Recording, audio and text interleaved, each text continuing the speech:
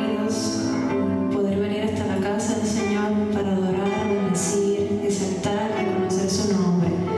Le damos gracias a Dios por una semana más, una semana desafiante, llena de retos, llena de situaciones, pero gracias al Señor que podemos estar nuevamente hoy reunidos, porque dice su palabra que donde están dos o tres reunidos en su nombre, allí está Él y allí está su Espíritu trayendo libertad en medio de su pueblo.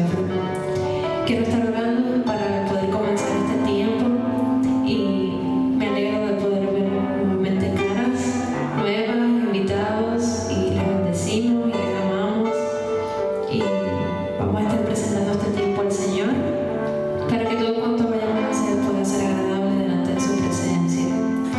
Señor, gracias te damos por otro nuevo día en que tus misericordias son nuevas cada mañana. Gracias, Señor, por el privilegio de poder, Señor, congregarnos. Muchos no lo pueden hacer, muchos le impide algo, una condición o una situación, o simplemente, Señor, no quieren y no pueden. Pero gracias porque libremente podemos testificar de tu nombre, Señor, y tú nos has traído a este lugar con bien, para darte todo cuanto tú mereces a través de nuestras vidas, Señor. Bendice a tu amada iglesia, Señor, bendice a cada congregación que hoy, Señor, dedica, Señor, culto a ti y rinde todo cuanto es a ti, Señor. Bendice a tu amada iglesia, nuestras vidas las presentamos delante de ti en esta hora, reconociendo, Señor, que sin ti no somos nada, reconociendo que tú eres el dador de todas las cosas, Señor. Y solo nos queda agradecerte, solo nos queda, Señor, reconocerte, solo nos queda, Señor, ser tal cual somos delante del trono de tu gracia, para alcanzar misericordia y socorro, Señor, y auxilio, ese pronto auxilio que solo tú das, esa pronta paz que solo tú puedes dar, Señor, cual el mundo no puede dar. Bendice todo, Señor, cuanto hagamos y permítenos salir de este lugar llenos de tu presencia, porque realmente sentamos que tú estás en medio nuestro. En el nombre de Jesús, amén. Porque a cuál de los ángeles dijo Dios jamás, mi hijo eres tú. Yo te he engendrado hoy y otra vez yo seré a él padre y él me será mi hijo. Y otra vez cuando introduce el primogénito en el mundo dice, adórenle todos los ángeles de Dios.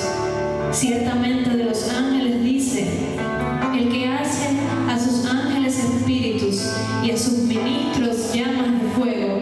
Mas el Hijo dice, tu trono, oh Dios, por el siglo del siglo. Centro de equidad es el centro de tu reino. Has amado la justicia y has aborrecido la maldad, por lo cual te ungió Dios, el Dios tuyo, como óleo de alegría más que a tus compañeros. Y tú, Señor, en el principio fundaste la tierra y los cielos son obra de tus manos. Ellos perecerán, mas tú permaneces para siempre.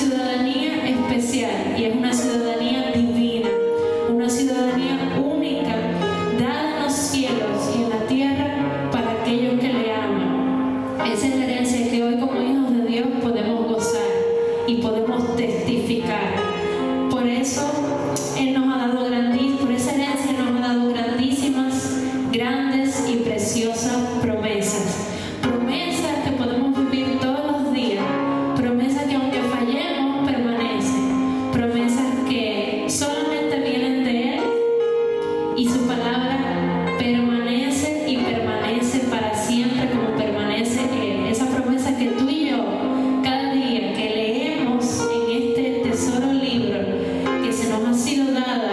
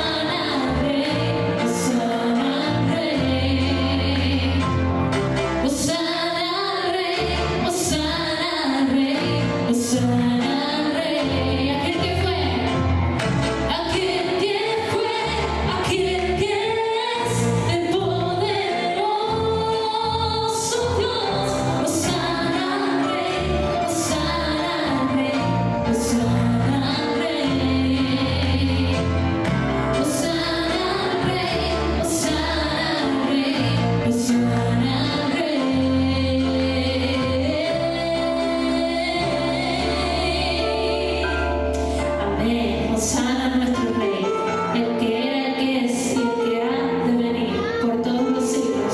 No importa cuán cambiantes sean los tiempos, no importa cuán cambiantes sean nuestras vidas, Dios permanece para siempre. Él es el Rey de todos los siglos. Gracias, Señor, porque podemos adorarte. Gracias, Señor, porque podemos reconocer en medio de todo el caos de este mundo, Señor, que tú sigues reinando y tú sigues estando en tu santo trono. Tú eres 3 veces santo, Señor. Tú eres 3 veces santo y fuera de ti no hay otro Dios. Tú eres el que era, el que es y el que ha de venir. A ti te reconocemos como único Dios, como único Rey, como único dador de todas las cosas que pertenecen, Señor, a tu nombre. Por eso te decimos aleluya, te decimos hosana, te decimos recibe toda la gloria, porque solo tú eres quien merece toda gloria y toda honra a través de nuestras vidas, Señor. Hosana al Rey, hosana al Rey, hosana al Rey. Hosana al Rey, hosana al Rey, hosana al Rey. Hosana al Rey, hosana al Rey, hosana al Rey. Amén.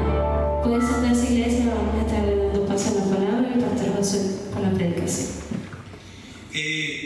Hace días que estamos hablando de un tema que creemos que es importante y que la iglesia debería, cada cristiano, haberse leído por lo menos 100 o 200 veces el libro de Hechos. Ahí está el comienzo de la iglesia cristiana, cuando Dios, en su amor y su misericordia, permitió que Jesucristo viniera a este mundo a dar salvación y vida eterna. Jesús entrena a un grupo de hombres y ahí en el monte de los olivos se despide de ellos, diciéndole así: quedaos aquí hasta que venga sobre vosotros el poder del Espíritu Santo. Entonces me podéis hacer testigos en Jerusalén, en Judea, en Samaria y hasta lo último de la tierra. Y esa iglesia que comenzó el día del Pentecostés hoy está viva y seguirá hasta que la iglesia de Jesucristo sea arrebatada en los cielos. Hoy vamos a tocar un tema importante, algo que muchas veces puede que lo tengamos entre nosotros.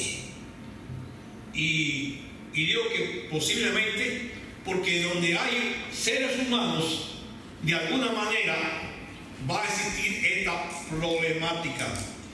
Y en Hechos capítulo 6, en los primeros 7 versículos, vamos a encontrar la problemática que hemos titulado en esta tarde: un conflicto resuelto en amor.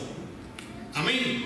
Yo les invito a que usted se ponga en pie y así leer la palabra del Señor reverentemente. Hechos capítulo 6, los primeros 7 versículos. Y dice así la palabra del Señor: en aquellos días, como crecía el número de los discípulos, hubo murmuración de los griegos contra los hebreos, de que las viudas de aquellos eran desatendidas en la distribución diaria. Entonces los 12 convocaron a la multitud de los discípulos y dijeron: no es justo que nosotros dejemos la palabra de Dios para servir a las mesas. Buscad pues, hermanos, de entre vosotros a 7 varones de buen testimonio, llenos del Espíritu Santo y de sabiduría, a quienes encarguemos de este trabajo. Y nosotros persistiremos en la oración y en el ministerio de la palabra. Agradó la propuesta a toda la multitud y eligieron a Esteban, varón lleno de fe y del Espíritu Santo, a Felipe, a Prócoro, a Nicanor, a Timón, a Parmenas y a Nicolás, prosélitos de Antioquía, los cuales presentaron ante los apóstoles, quienes orando les impusieron las manos. Y crecía la palabra del Señor, y el número de los discípulos se multiplicaba grandemente en Jerusalén. También muchos de los sacerdotes obedecían a la fe. Yo les invito a orar. Padre amado, te damos gracias por la plenitud que tenemos en Jesucristo. Y gracias, Padre, porque en esta tarde podemos presentar tu palabra viva y eficaz. Te ruego que tu misericordia nos alcance siempre. Bendice a todos cuantos están en este lugar en esta tarde. Aquellos que no han venido por alguna razón, que tu paz y tu gracia le colme, Padre. Aquellos que están en la casa por algún problema de salud, te rogamos que tu mano de sanidad esté sobre ellos. Gracias, Padre, porque una vez más podemos decir obedecer. Yo te ruego, Padre amado, que tomes esta pobre palabra humana y la haga poderosa en ti. En el nombre de Jesús. Amén. Pueden sentarse. Dice el versículo 7: y crecía la palabra del Señor, y el número de los discípulos se multiplicaba grandemente en Jerusalén. También muchos de los sacerdotes obedecían a la fe. Así termina un conflicto. Casi siempre, hermano, la murmuración trae consigo consecuencias catastróficas. Recordemos cuando estudiamos la vida de Moisés, María, que era su hermana, empezó a hablar sobre Moisés y su relación, su esposa. Por ello María recibió una recompensa de parte de Dios. Su cuerpo se llenó de lepra. La murmuración destruye la buena reputación. Cuando se murmura del prójimo, acaba con la convivencia, con esa convivencia pacífica, y se vuelven enemigos. Como se dice algo de una persona o grupo de personas, casi siempre se dice cuando esa persona o grupo de personas no están presentes.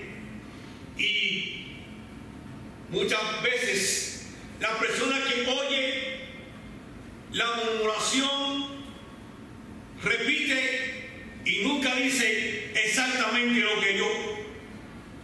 En ocasiones, cuando la murmuración es dirigida a siervos o a un líder específico y lo que se dice es mentira, Dios puede traer consigo consecuencias, como ocurrió en Números capítulo 16, versículo 41. Toda la congregación de los hijos de Israel murmuró contra Moisés y Aarón, diciendo: vosotros habéis dado muerte al pueblo de Jehová. Y por esa razón murieron del pueblo de Dios 14.700 personas. El apóstol Santiago nos dice: hermanos, no murmuréis los unos de los otros. ¿Cómo es posible que un hijo de Dios que ama a Cristo, que lee la palabra, que ora cada día, murmure entre dientes? Que murmure de los hermanos que aman en la fe, y que murmure del pastor y de los líderes y ellos no lo sepan. Es por ello que cuando se ha alcanzado un nivel alto en la fe y el conocimiento de la palabra de Dios y del Señor, es imposible que los hermanos maduros murmuren. Dice Filipenses 2:14: haced todo sin murmuración y cristiano no debe repetir lo que oyó sin analizar la fuente del que murmura, porque la murmuración siempre va a producir división. Dice por Proverbios 16:28, el hombre perverso levanta contienda y el chismoso aparta a los mejores amigos. Hoy, en esta tarde, vamos a presentar un conflicto que se presenta en la iglesia, un conflicto interno en la iglesia naciente, la primera iglesia primitiva, y ese conflicto es vencido en amor. Hemos visto una iglesia que hemos predicado todos estos días, una iglesia coral unida, con un solo clamor, con un pueblo lleno del fervor y del Espíritu Santo, que ha visto obrar a Dios de una manera tremenda, como la predicación de los apóstoles ha cambiado la vida de muchos, y como un cojo de nacimiento ha sido sanado al instante. La iglesia primitiva tuvo sus discrepancias, y hoy puede que exista alguna discrepancia en alguna congregación, porque ninguna congregación donde están los humanos es perfecta. Solo es posible una congregación perfecta cuando Cristo venga y reine en el milenio. Si queremos una congregación perfecta, tendremos que adelantar nuestra ida al cielo. Había un problema en la iglesia primitiva. Había dos grupos diversos. Un primer grupo que eran judíos hebreos, es decir, judeo-cristianos que eran nacidos en Israel y que hablaban la lengua hebrea o la aramea. Y estaban los cristianos que hablaban griego, que es posible se hayan convertido el día del Pentecostés. Y se presenta una queja. Los cristianos griegos se quejaban que las viudas de los griegos eran mal atendidas, que no eran atendidas adecuadamente. Y es posible que haya habido algún favoritismo, que seguro no se hizo con mala intención. Es muy posible que una de las barreras que ocasionó el problema de la murmuración de la primera iglesia primitiva fue el idioma. Es por ello que nosotros como cristianos debemos conocer la costumbre de los cristianos que viven en otras partes de la tierra, su lenguaje, su forma de hacer las cosas, su forma de presentarse, su forma de vestir, su forma de peinar, porque muchas veces pueden herir a cristianos de otras regiones con gestos y palabras. Es por ello que la problemática presentada por la iglesia primitiva se había convertido en una gran murmuración. En vez de convertirse en un obstáculo para el crecimiento, se convirtió en una gran bendición. En primer lugar, hermanos, los idóneos para servir a la mesa.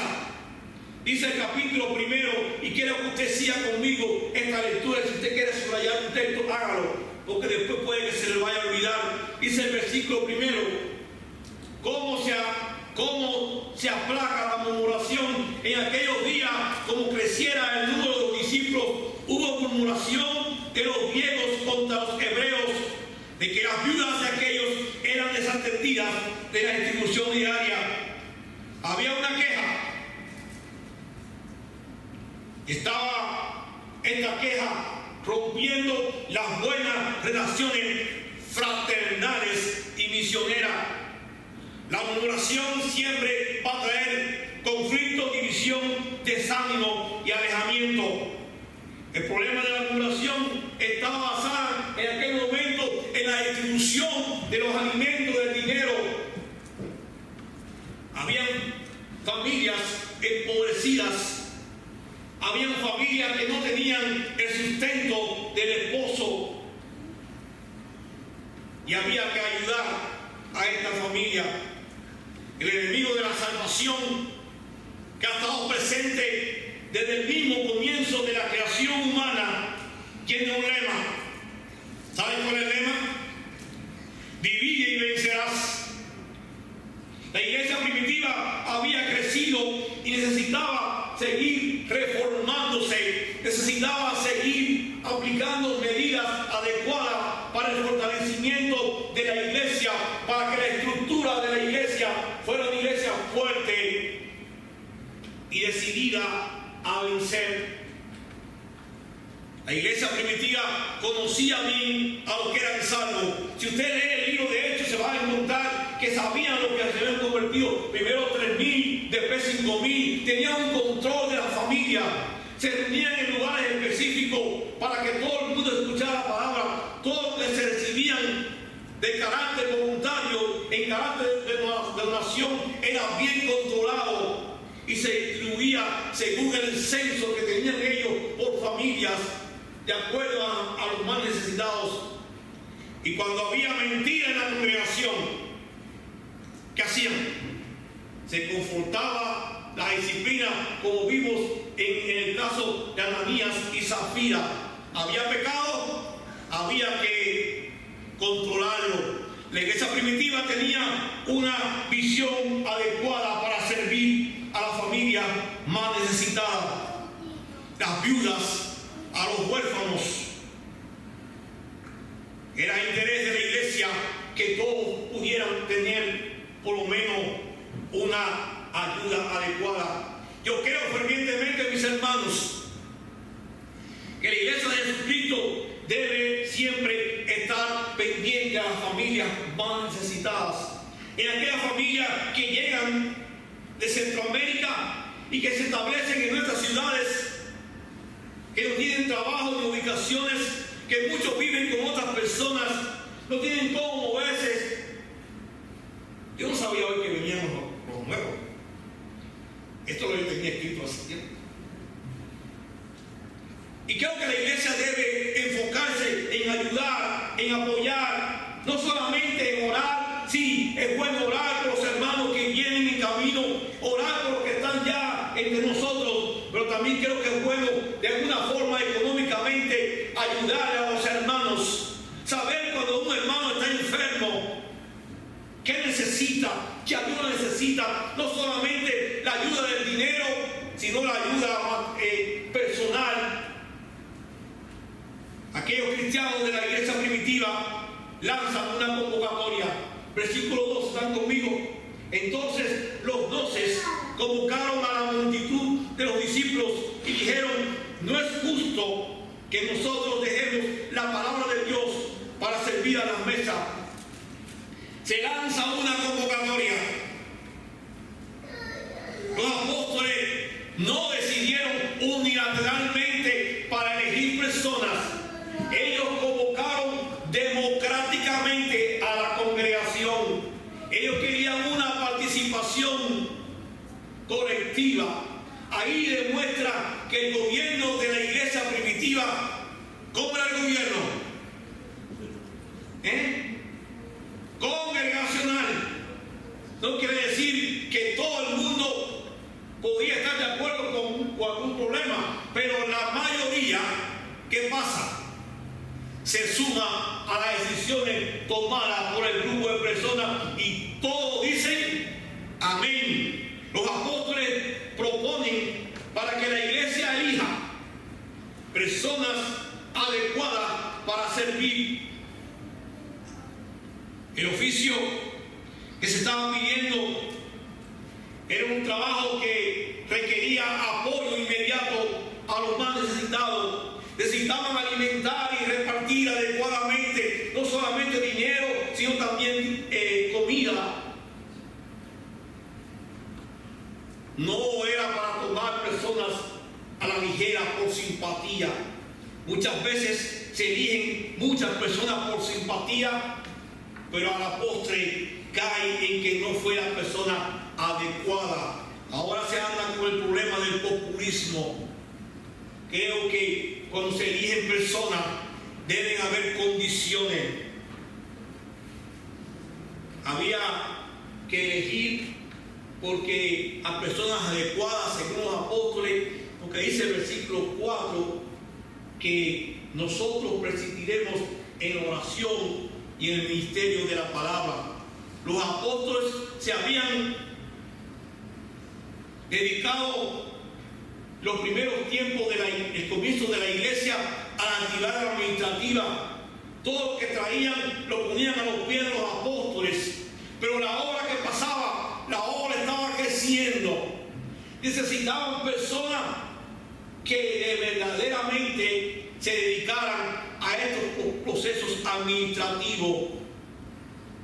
Hay sabiduría en los apóstoles, pues la murmuración, en vez de traer división y disgusto, trajo una propuesta de bendición.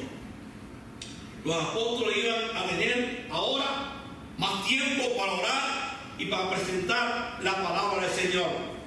En segundo lugar, los idóneos para servir lo define su carácter.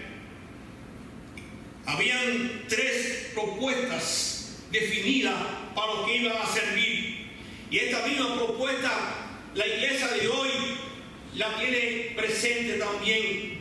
Dice el versículo 13, ¿están conmigo? Amén. Busca pues, hermanos, de entre vosotros a 7 varones de buen testimonio, llenos del Espíritu Santo y de sabiduría, a quienes encarguemos de este trabajo. Habían 3 condiciones fundamentales que pedía. En primer lugar, de buen testimonio. ¿Qué quiere decir buen testimonio? Quiere decir que los varones tenían que tener una buena reputación, no solamente en la casa, sino en su comunidad. Tenían que tener una reputación donde quiera que se paraban, decían: este hombre es digno. Ellos iban a representar el amor de Dios, el amor de la iglesia, el amor de los hermanos que daban para que ayudasen a otros, para ayudar a las viudas, a los huérfanos, a los enfermos. No se podía elegir personas de mal testimonio, porque entonces el problema se iba a convertir en un problema más complicado. Dice en Proverbios 22:1, usted está anotando, se le va a olvidar: más vale el buen nombre que las muchas riquezas, y el favor que la plata y el oro. El apóstol Pedro nos dice cómo debe ser la relación de un buen testimonio. Primera de Pedro 2:12: mantened entre los gentiles una conducta irreprochable, a fin de que en aquello que os calumnian como malhechor, ellos por razón de vuestras buenas obras, al considerarlas, glorifiquen a Dios en el día de la visitación. El otro principio o el otro criterio, este criterio que hablamos de testimonio, era un criterio externo, que la gente podía verlo y mirarlo. Pero ahora viene el criterio interno. Dice que son hombres llenos del Espíritu Santo. ¿Qué significa lleno del Espíritu Santo? Significan hombres consagrados, hombres que son capaces de hacer exactamente y obedecer lo que dice la palabra de Dios, negándole el yo personal. Dice el apóstol Pablo: no os embriaguéis con vino, en lo cual hay disolución, antes bien sed llenos del Espíritu, hablando entre vosotros con salmos, con himnos, con cánticos espirituales, cantando y alabando al Señor en vuestros corazones, dando siempre gracias por todo al Dios y Padre, en el nombre de nuestro Señor Jesucristo. Esos son los hombres llenos del poder del Espíritu Santo, hombres que están cantando, alabando, orando, bendiciendo a las personas, que se ve el fruto que hay en cada vida, el fruto del Espíritu Santo, que viven en piedad, en amor, en honestidad, en ese deseo de ayudar y servir, en ese deseo de entregar el tiempo. No importa la hora que sea, hay que identificar a los hombres de Dios en este retrato, donde hay un deseo ferviente de adorar a su Dios. Y el otro criterio que pedía la iglesia primitiva, que tuvieran sabiduría. Mi hermano, hay muchas personas muy inteligentes. Yo me he topado gente muy inteligente, pero el ser muy inteligente no lo capacita a tener sabiduría. Pueden que tengan muchas habilidades, que sean rápidos en la ejecución de las cosas, pero no son sabios. El principio de la sabiduría es el temor a Jehová. Con reverencia a Dios nuestro, cuando el estilo de vida se asemeja al de Cristo, hace que se proyecte un hombre diferente. Mientras más nos acercamos a Dios, más sabios vamos a ser. Dios nos da cada día su presencia. Nosotros debemos, como hijos de Dios, ir a la palabra y leer la palabra para alimentarnos, comer la palabra diariamente. No estar ahí guardando, como decíamos el domingo pasado. Tomamos nuestra Biblia, domingo 18, decimos baby, la dejamos en el carro. Cuando llegamos el domingo en la mañana, la sacamos del carro, le decimos baby, llegaste a la iglesia, vamos para la iglesia. La Biblia es para que todos los días, cada mañana, cada tarde, cada noche, bebamos y comamos del libro para tener la sabiduría de Dios para nosotros. Dice que el rey, que tenía muchas cosas y grandeza, el rey Salomón dijo: para los que buscan a Jehová, entienden todas las cosas. En tercer lugar, hermanos, los idóneos para servir fueron elegidos. Versículo 5. ¿Están conmigo? Y se agradó la propuesta a toda la multitud y eligieron a Esteban para un lleno del Espíritu Santo, a Felipe, a Prócoro, a Nicanor, a Timón, a Parmenas y a Nicolás, prosélito de Antioquía, a los cuales presentaron ante los apóstoles, que orando le impusieron las manos. Y crecía la palabra del Señor, y el número de los discípulos se multiplicaba grandemente en Jerusalén. También muchos de los sacerdotes obedecían a la fe. Agradó la propuesta, toda la congregación votó, se reunieron en grupos, ellos se conocían, se reunieron en grupos y empezaron a convocar unas asambleas.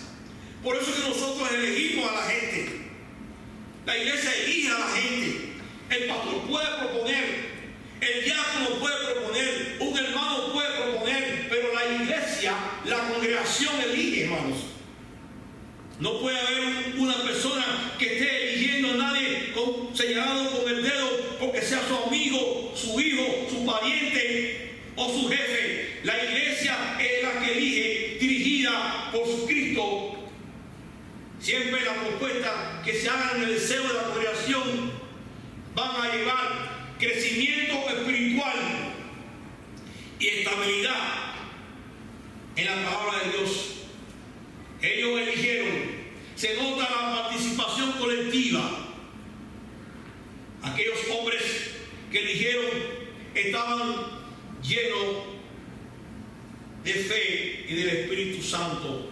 Y vemos a un Esteban que luego se convierte en el mártir, el primer hombre que muere por testificar de su fe. Y que encontramos a Felipe, aquel hombre que está en el camino predicando al etíope.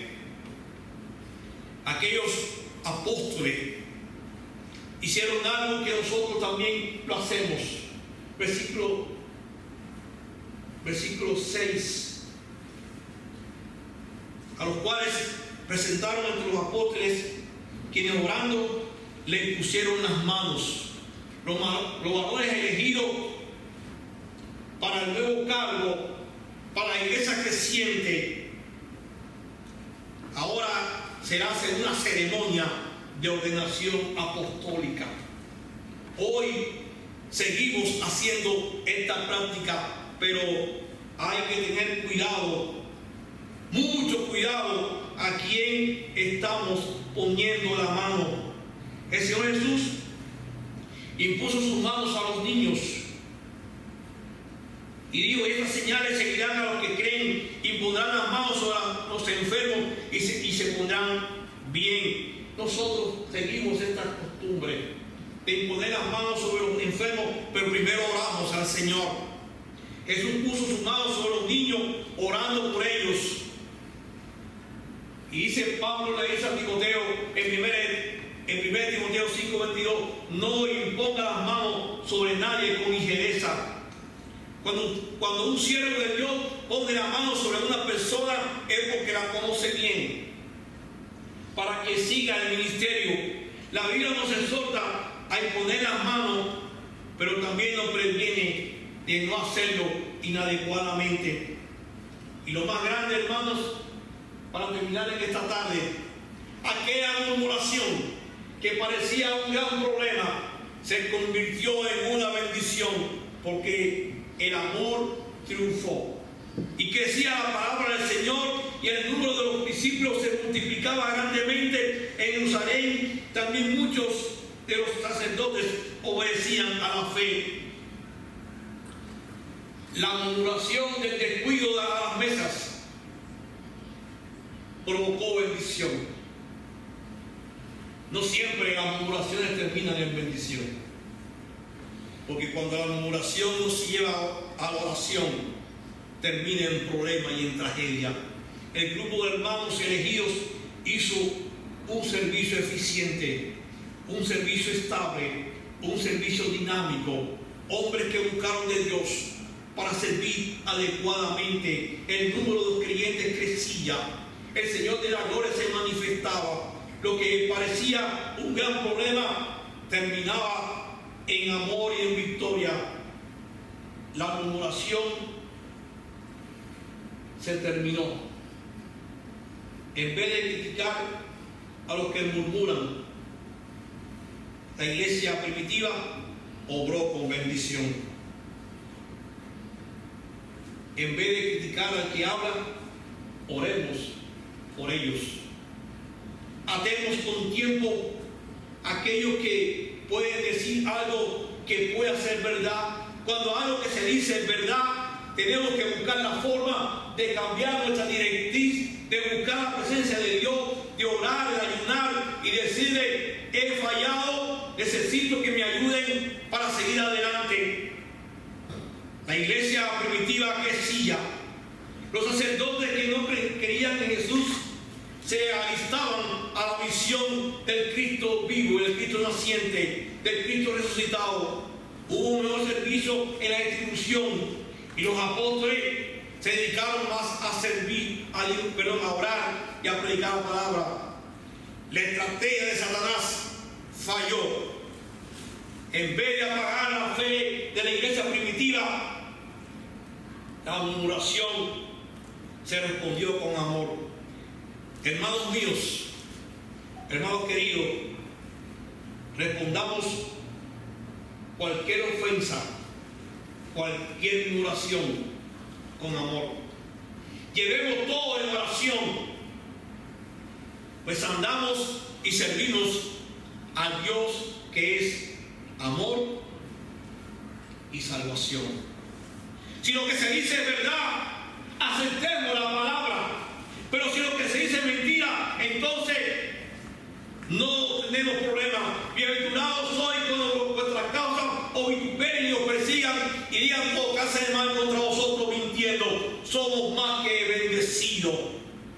No nos dejemos confundir con las armas de maldad del enemigo de la fe. El enemigo dice, divide y vencerás. El Rey de Gloria dice, unidos seremos victoriosos. Amén. Vamos a orar, hermanos. Yo les invito a que usted se ponga en pie y vamos a orar al Dios de toda gracia. Amén. Dios está presente. Tenemos un Dios que es amor, un Dios que es misericordia, un Dios que está presente, un Dios que nos guarda en el camino, un Dios que nos protege en el camino, un Dios que nos trae a este país en bendición.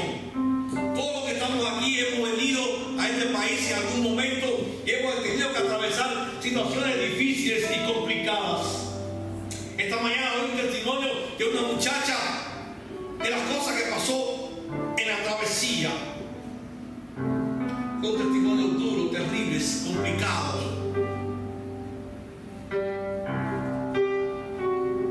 Dios nos ayude, hermanos, a vencer cualquier crítica, cualquier murmuración. Cuando oigamos algo de alguien, debemos de saber las fuentes. Recordemos que el enemigo de la salvación quiere destruir al cristiano de alguna manera. Cristo vive y vive para siempre. Al llamado te doy gracias por la plenitud que tenemos en Jesucristo. Y gracias, Señor, porque tú nos bendices, tú nos ayudas. Tú estás con tu pueblo cada día. Oh Padre, gracias porque tú nos has sostenido hasta aquí y podemos decir obedecer.